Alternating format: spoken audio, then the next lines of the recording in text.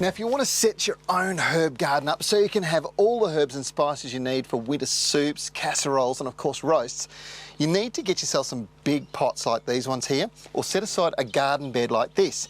You can grow them dead easy. I'll show you how.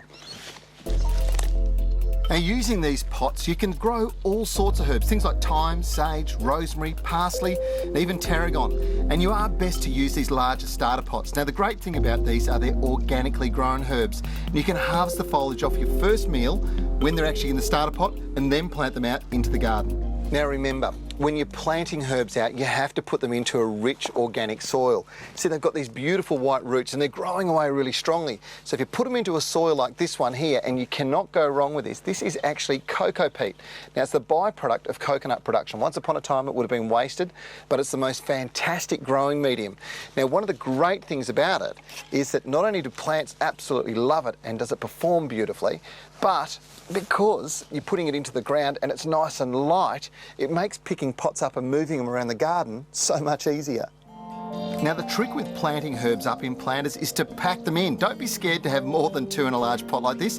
5 will be fine. And if they hang over the side of the pot and spill out, so what?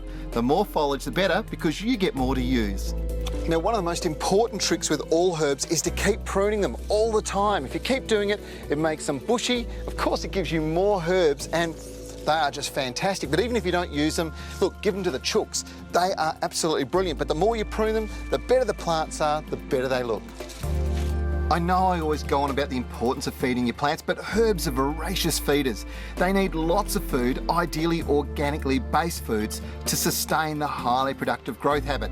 Now, I use this liquid fertiliser weekly as a foliage feed when they're establishing, and because it's a complex fertiliser, it means your herbs get every nutrient they need, which means you get the full level of nutrients in your diet too. Growing herbs is easy, and now's the time to do it in WA. Look, if you get top quality plants like these, fantastic quality soil, and give them a feed on a regular basis, you cannot go wrong. So get out and give it a go this weekend.